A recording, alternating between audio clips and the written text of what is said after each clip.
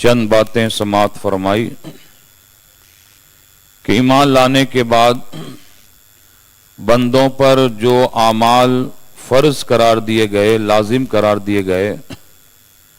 ان کی ادائیگی ہر ایک مسلمان پر لازم اور ضروری ہے، اور سچا پکا مسلمان وہی ہے کہ جو اللہ اس کے رسول صلی اللہ تعالی علیہ وسلم کے احکامات کی بجا آوری کرے، اس کی پاسداری کرے، اس پر عمل کرے۔ اسلام کے بنیادی ارکان ہیں کلمہ شریف، نماز، روزہ، حج و زکوٰۃ۔ یہ بنیادی ارکان، مطلب اگر بنیاد ہی صحیح نہیں ہوئی تب ظاہر سی بات ہے عمارت کیسے صحیح رہے گی؟ تو جب تک ہماری ایمان کی بنیاد اگر مکمل نہیں ہوگی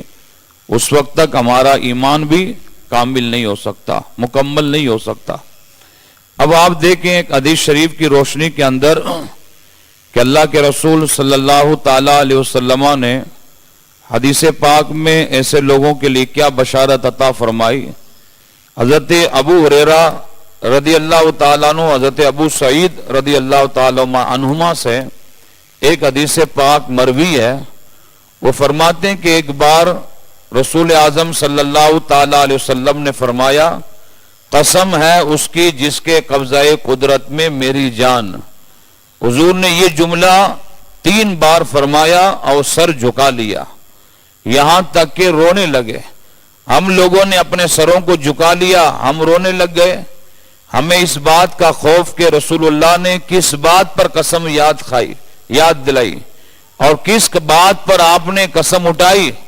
لیکن جب تھوڑی دیر کے بعد میں دیکھا کہ نبی رحمت صلی اللہ تعالی علیہ وسلم نے اپنے سر مبارک کو اٹھایا تو حضور کے چہرہ انور پر خوشی کے آثار تھے، اور حضور کے چہرہ انور پر اس خوشی کے آثار وہ ہمیں سرخ اونٹوں سے بھی اچھا لگا، بہتر لگا۔ پھر نبی رحمت صلی اللہ تعالی علیہ وسلم نے فرمایا، جو بندہ 5 وقتہ نماز پڑھتا ہے، رمضان المبارک کے روزے رکھتا ہے اور اپنے مال کی زکوٰۃ ادا کرتا ہے اور 7 کبیرہ گناہوں سے اپنے آپ کو بچاتا ہے، تو سرکار دو عالم صلی اللہ علیہ وسلم نے فرمایا اللہ تعالیٰ اس کے لیے جنت کے دروازوں کو کھول دے گا اور فرمائے گا تو جس دروازے سے داخل ہونا چاہے اس دروازے سے داخل ہو جا۔ تو یہ حدیث شریف حضرت ابو ہریرہ ابو سعید رضی اللہ تعالیٰ عنہ میں روایت کی، اور اس یہ معلوم ہوا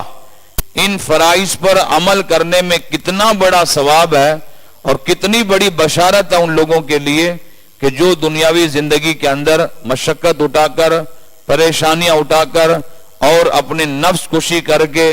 خدا کے ان فرائض پر عمل کرتے ہیں، نمازوں کے پابند ہیں، روزوں کے پابند ہیں، زکوٰۃ کے پابند ہیں، وہ ان چیزوں کو اس طریقے سے معاذ اللہ حقیر نہیں سمجھتے۔ جبکہ آپ نے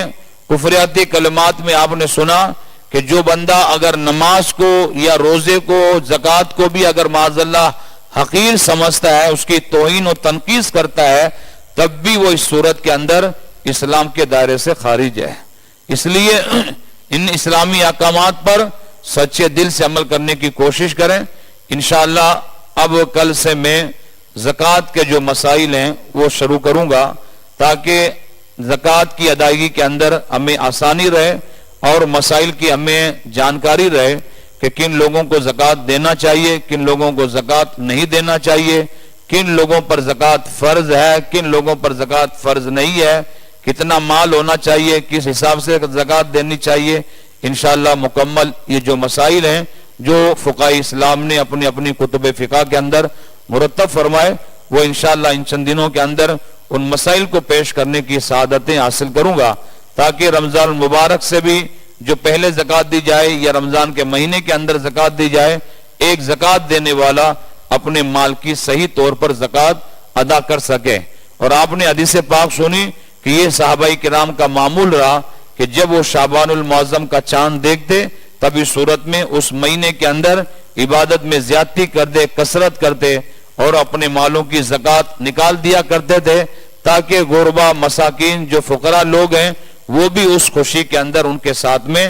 رمضان کی خوشیوں کے اندر برابر شریک رہے۔ تو رمضان مبارک میں ہم اپنے مال کی زکوٰۃ نکالتے ہیں، اب اس زکوٰۃ کے مسائل کو سمجھنا یہ ہر ایک کے لیے لازم ضروری ہے۔ نماز پڑھتے ہیں تو نماز کے مسائل کو سمجھنا ضروری ہے۔ روزہ رمضان مبارک میں ہم رکھتے ہیں تو رمضان کے روزوں کو سمجھنا، ان کے مسائل کو سمجھنا، کن چیزوں سے روزہ فاسد ہوتا ہے، کن سے فاسد نہیں ہوتا ہے، ان مسائل کو سمجھنا یہ ہر ایک بندے پر لازم اور فرض ہے۔ اب اگر اتنا علم ہونے کے باوجود، بتانے کے باوجود بھی اگر آدمی لاپرواہی کرتا ہے، غفلت کرتا ہے، اسے 24 گھنٹے کے اندر 10 منٹ کے لیے بھی اگر فرصت نہیں ہے تو سمجھ لو بڑا ہرما نصیب ہے، اور وہ سمجھ لو خود اپنا ہی نقصان کرتا ہے، اور اس کی اس علم سے دوری کا نتیجہ ہے، علم دوستی کا نتیجہ نہیں بلکہ علم دوستی یہی ہے کہ بندہ ایسی مجلسوں کو اٹینڈ کر کے اور مقدس مسائل کو سمجھنے کی کوشش کرے اور انہی مسائل کی روشنی کے اندر اپنی عبادات کو ادا کرنے کی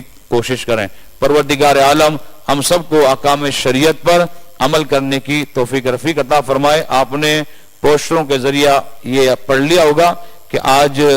19 فروری کو انشاءاللہ بعد نماز عشاء